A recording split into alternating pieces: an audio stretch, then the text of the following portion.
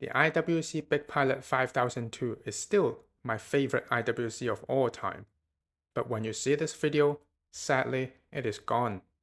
When fantasy becomes a reality, it doesn't always turn out the way you might have imagined. And that's exactly the case with me and this Big Pilot. Let's get into it.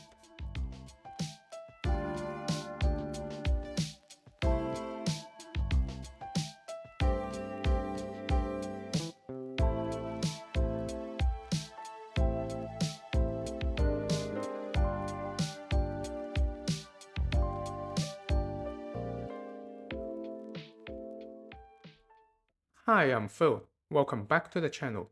So this is the IWC Big Pilot 5002.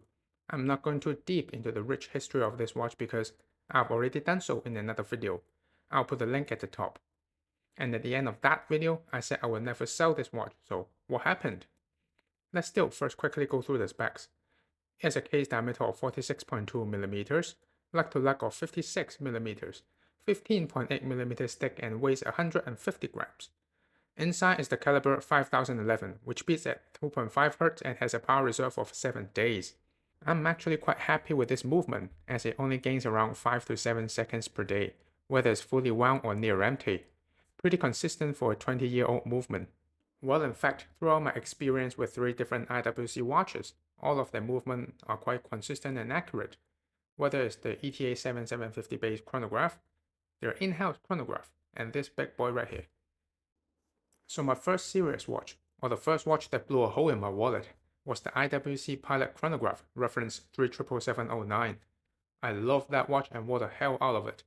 But my dream watch at that time was the Big Pilot. I saw a few of my idols wearing it and I just loved the look of it. The onion crown and the power reserve indicator, they just work for me. So fast forward to earlier this year. My dream IWC has finally landed in my collection after years of hard work, plenty of research and try-ons. It felt so good to finally have it on my wrist. It was a dream coming true. So I just kept wearing it, and wearing it.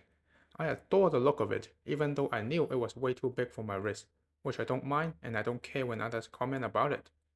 Up until the last month or two, I find it getting a little too uncomfortable on the wrist.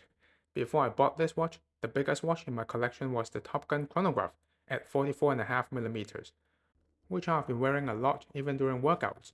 It was very comfortable on the wrist even though it was not a small watch. So I thought it wouldn't be too much of a problem with 1.5mm more on the wrist, right? And when I tried on different Big Pilot in store, I did not really get to experience or feel the weight long enough, which is the main culprit of the discomfort. It felt big when I tried on in store, but not until you wear it 10 hours a day and 5 days a week that it starts to feel a little too heavy. And what I left out in the consideration was that the Top Gun has a ceramic case, so even when I swing my arm around, I don't feel it being intrusive or disturbing. Whereas this Big Pilot, even when I'm just driving around town, it's like a big piece of brick is strapped on my wrist. I know it's exaggerating it a little since it's only 150 grams, but at the end of the day I have to admit it's probably my wrist, it's just too small for it. Another thing that bugs me is this crown. I love the onion crown. It's iconic and it's very good to use thanks to its size. But this size is what makes this a love-hate relationship. It just can't stop pinching the back of my hand. While all that was happening, the Zenet Chronomaster Original was catching my attention. I was falling in love with its history and design. But I haven't had the chance to try it on yet, and I thought at 38mm it would be too small for my taste, because I do find my Seiko 5 Sports at 38mm a little too small for my best liking. And long story short, I stumbled up on the Chronomaster while traveling in Osaka a few weeks ago, tried it on, and it didn't come off since. I don't know whether it is my taste in watches that's changing or myself realizing what's better suited for me. Probably both. The more I wear the Zenet, the more I think I should let go of the Big Pilot. Do I still love it? Absolutely yes. But after spending time with it, I don't think we were destined to be together. It's like when you have a crush on someone for a long time, got together, but didn't turn out well.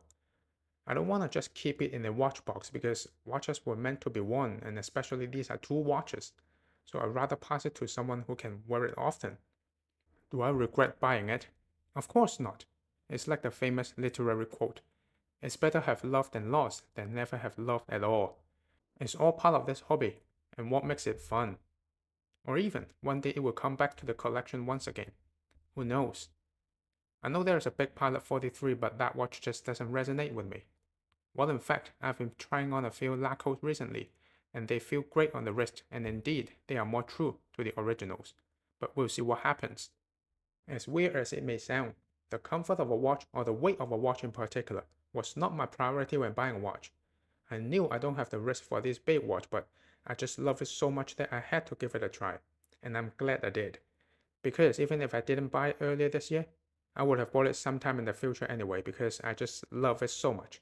And thanks to all this watch will always have a special place in my heart. And on that note, thank you so much for watching. Please like this video if you have enjoyed it. Let me know what you think down in the comments. Do you have similar experience with the watch? Be sure to check out my other videos and subscribe to the channel for more content to come. I'll catch you on the next one.